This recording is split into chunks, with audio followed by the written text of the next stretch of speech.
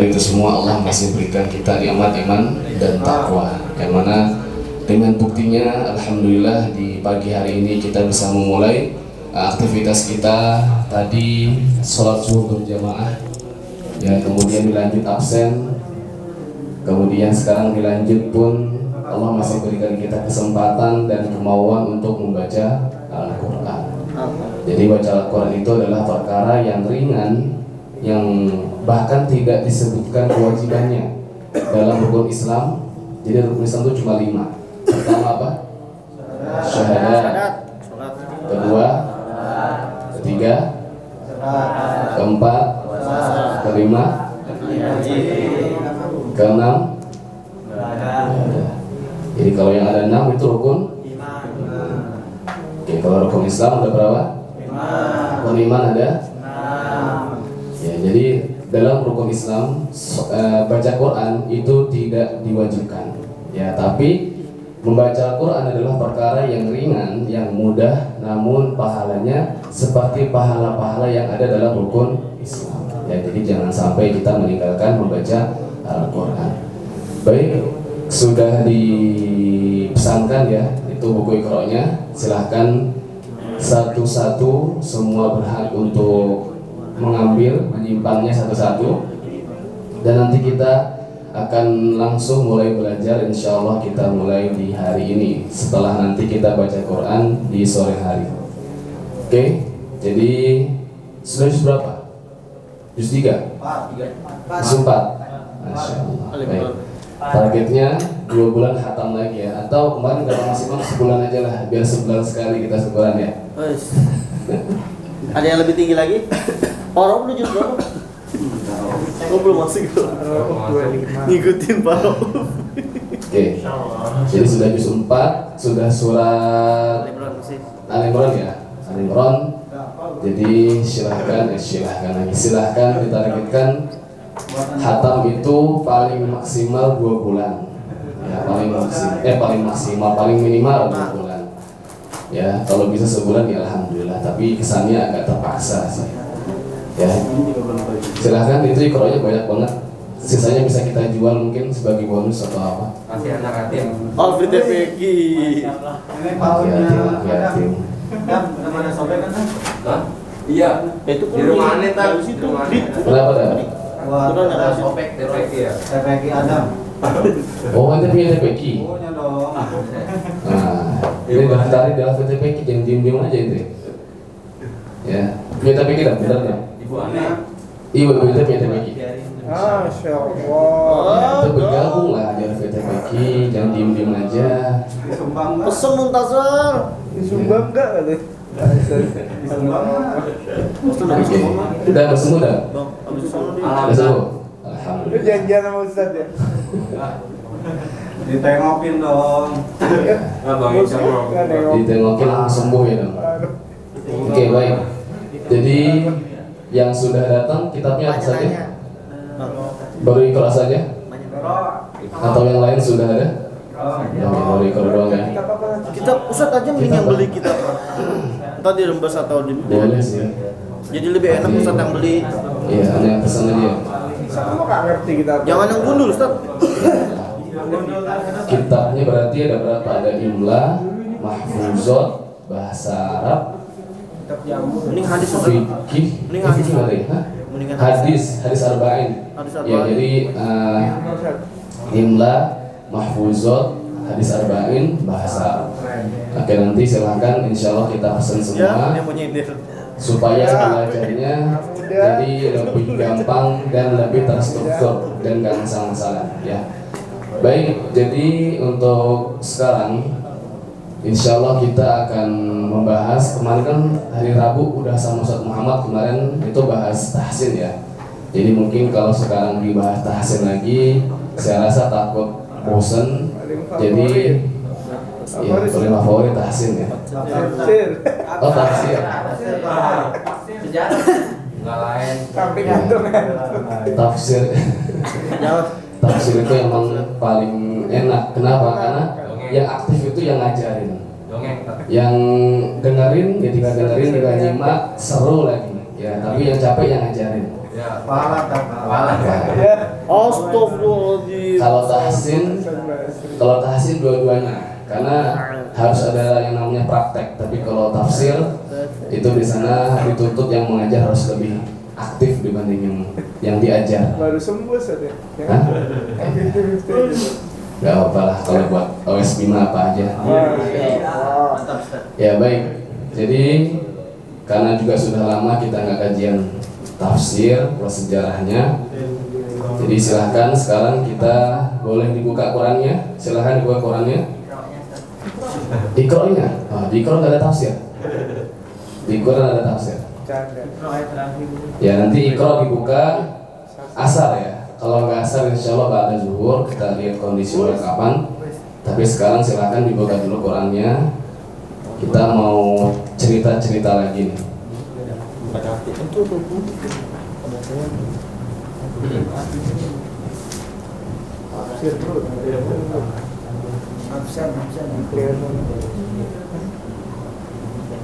Absen, iya belum absen Oke, silakan dibuka juz 13. Juz 13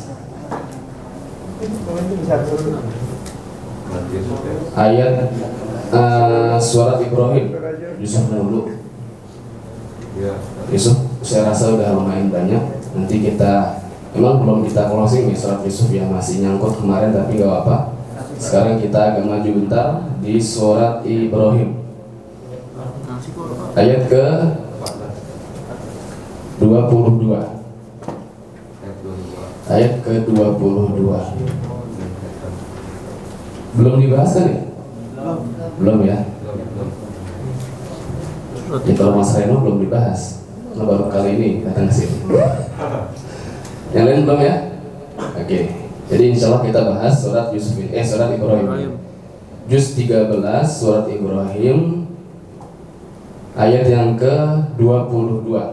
A'udzu billahi minasyaitonir rajim. Bismillahirrahmanirrahim.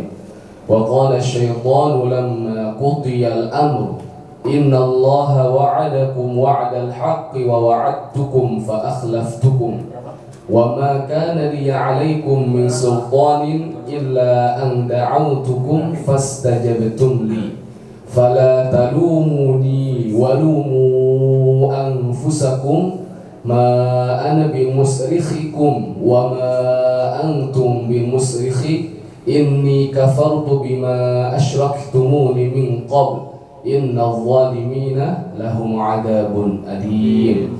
Adabun alim. Jangan sok-sok fasih adabun alim, gak usah.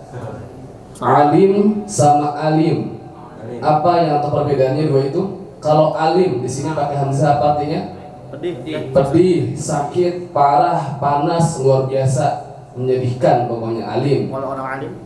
Tapi kalau alim pakai ain itu artinya orang yang berilmu, orang yang mempunyai ilmu keutamaan.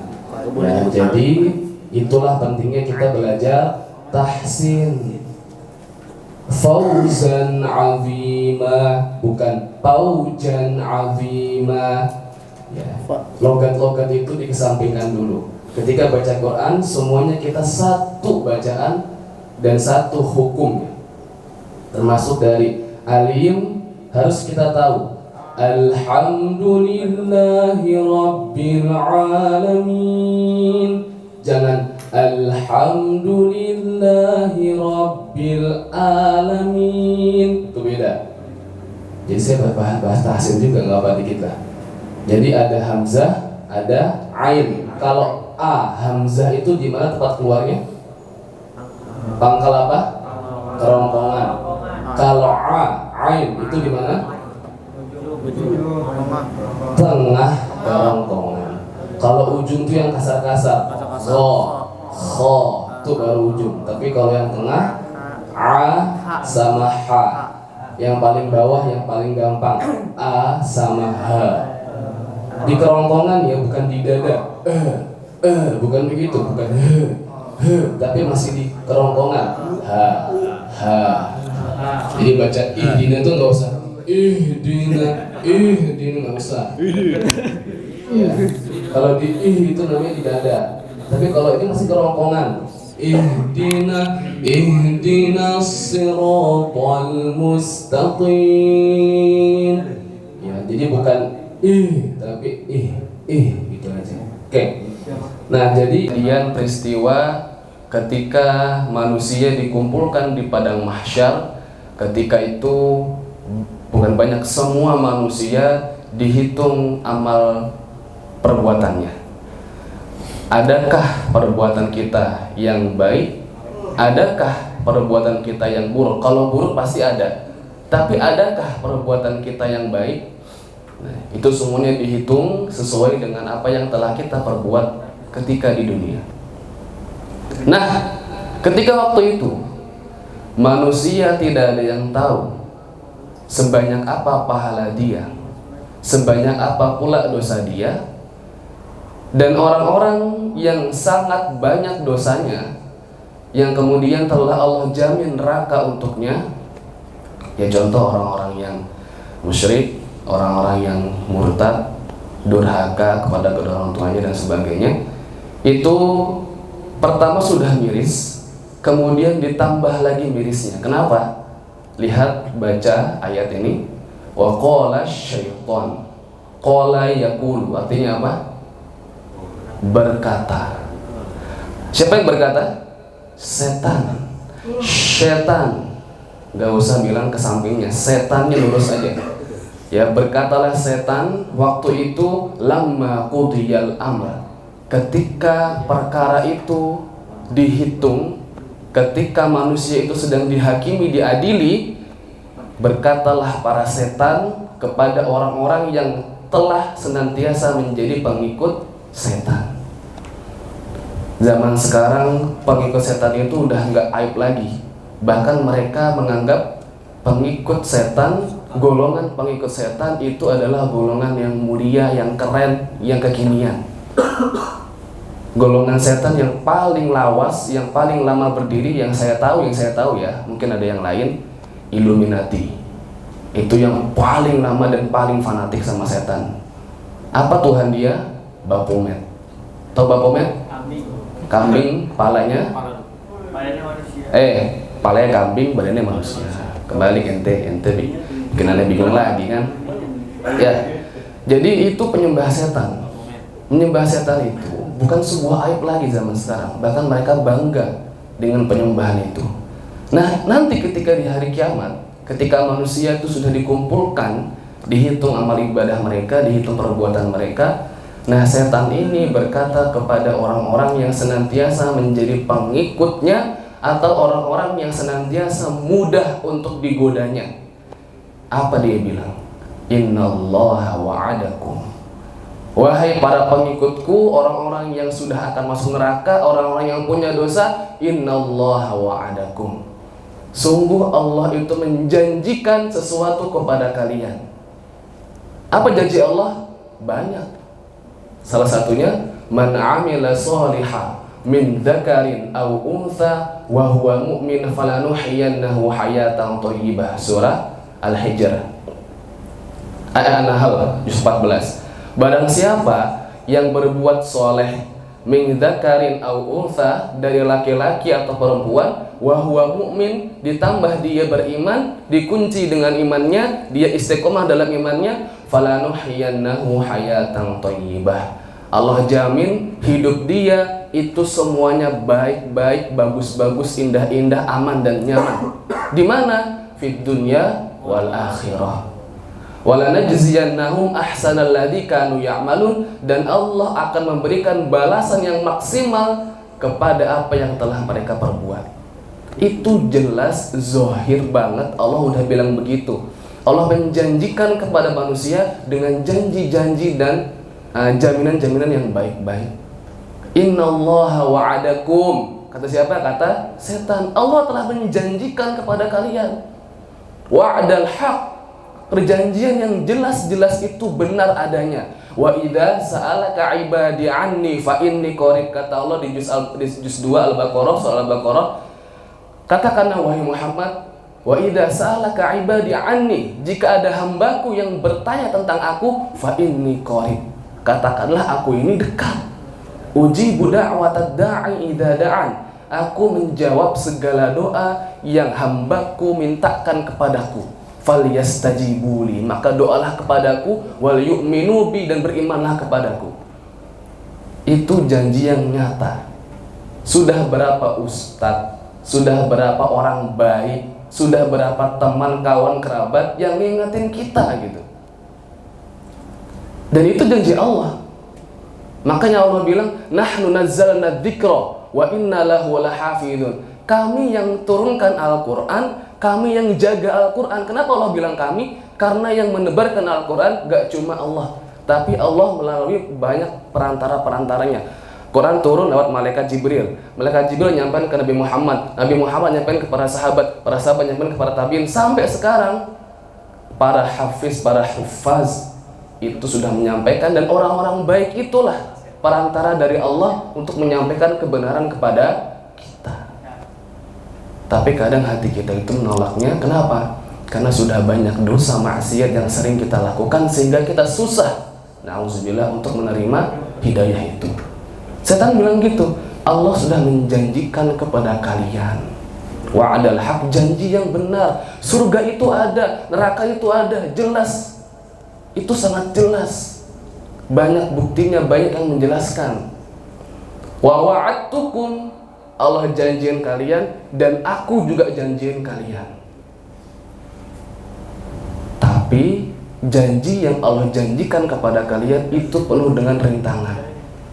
Wa wa'adtukum, dan janji yang aku berikan kepada kalian penuh dengan keindahan.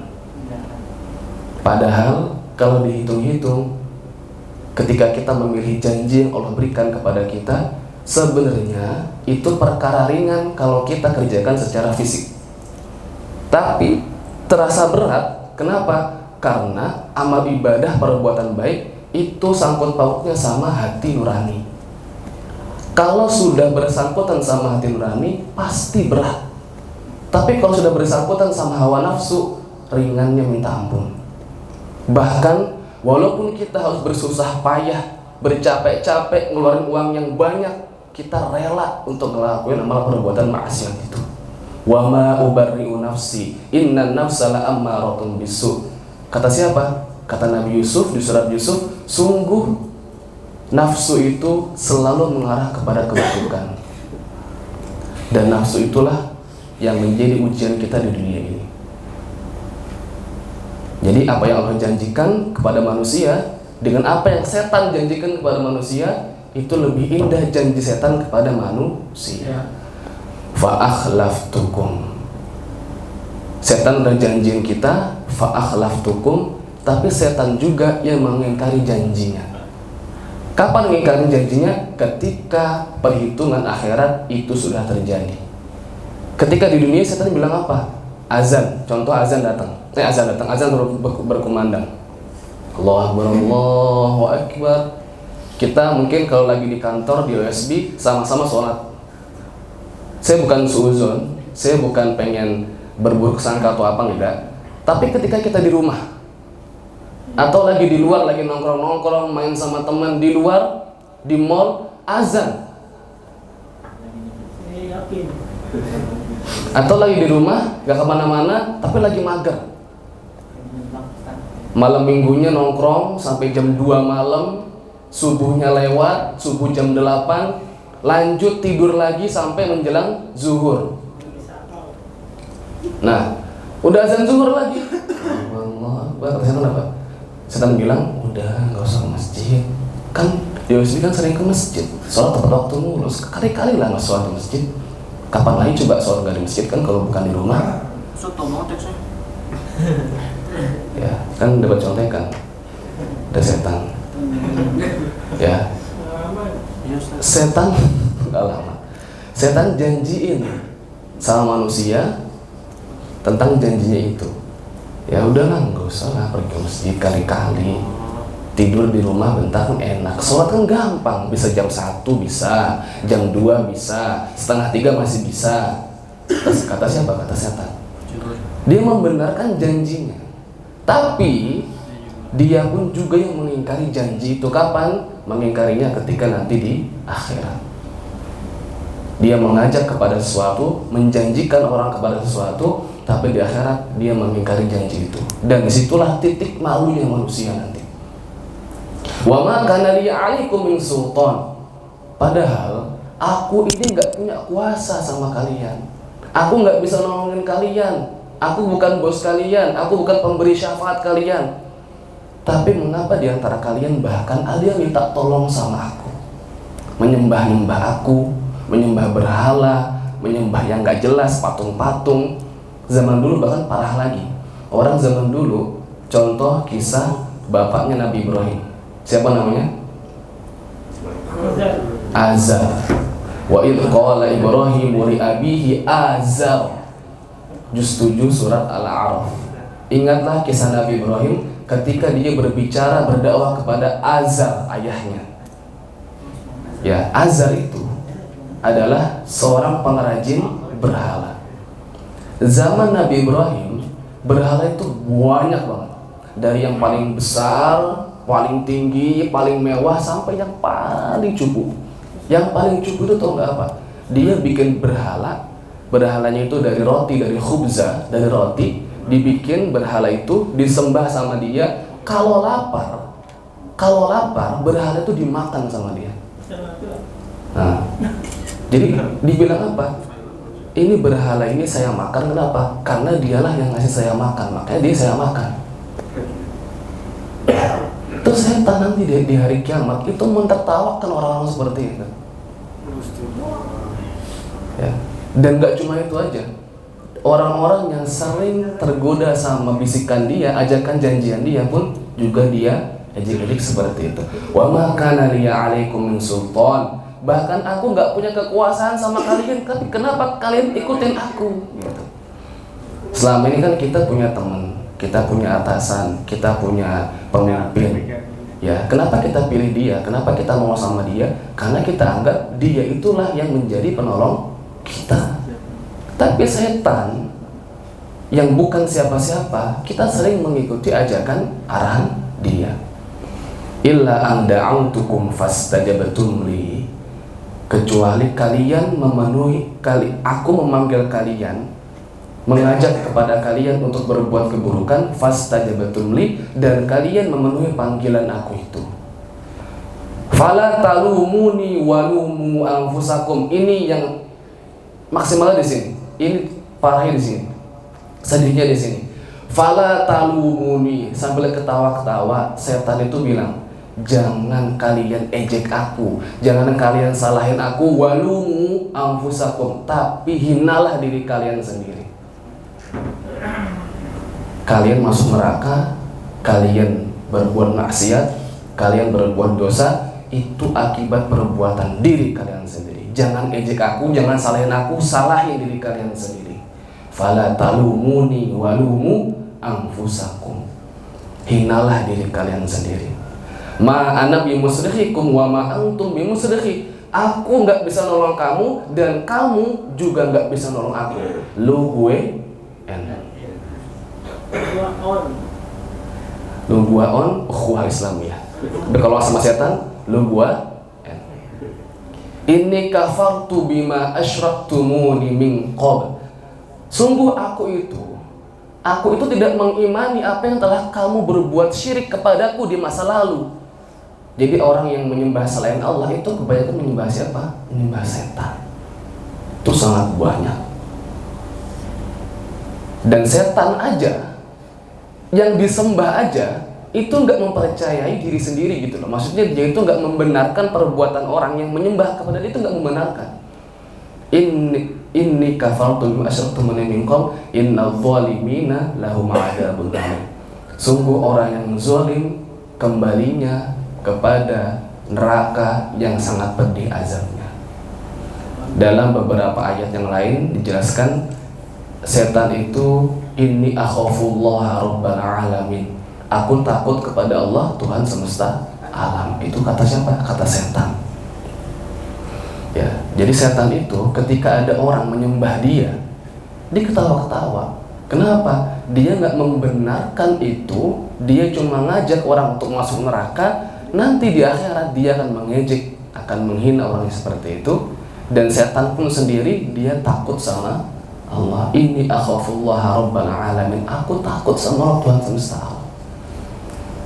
Ya, jadi jangan anggap setan itu adalah makhluk yang tidak menyembah Allah, menyembah Allah.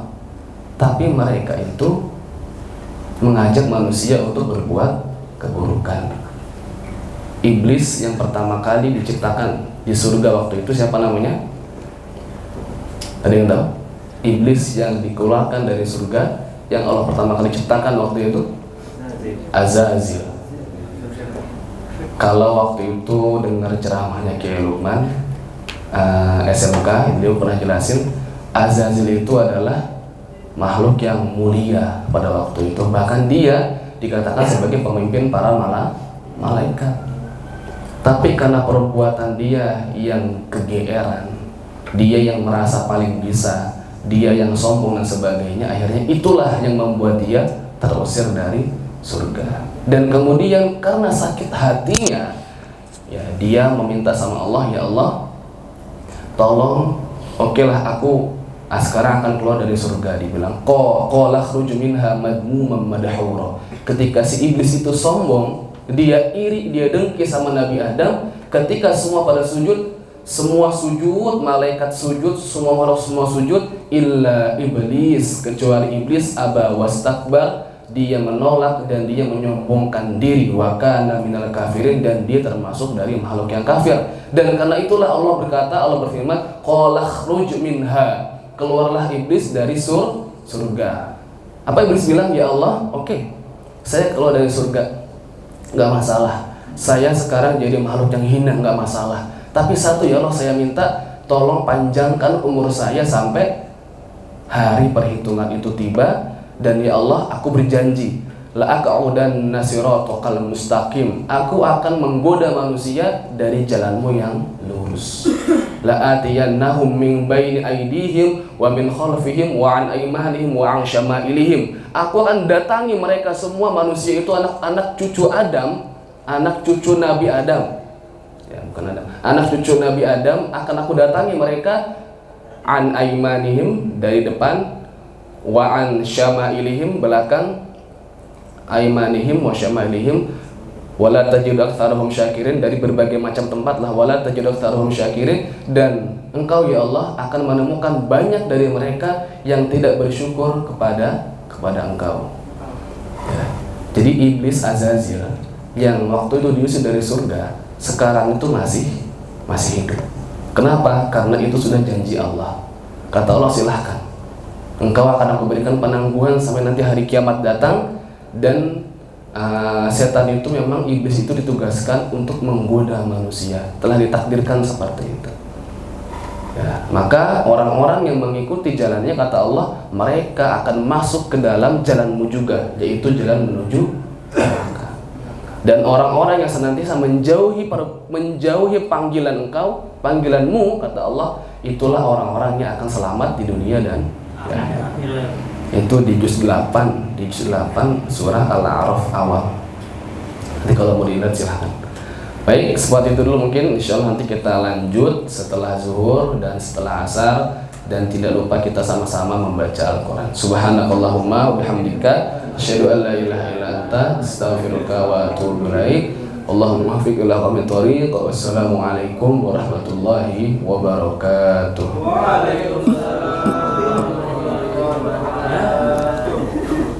Keluar aja bang.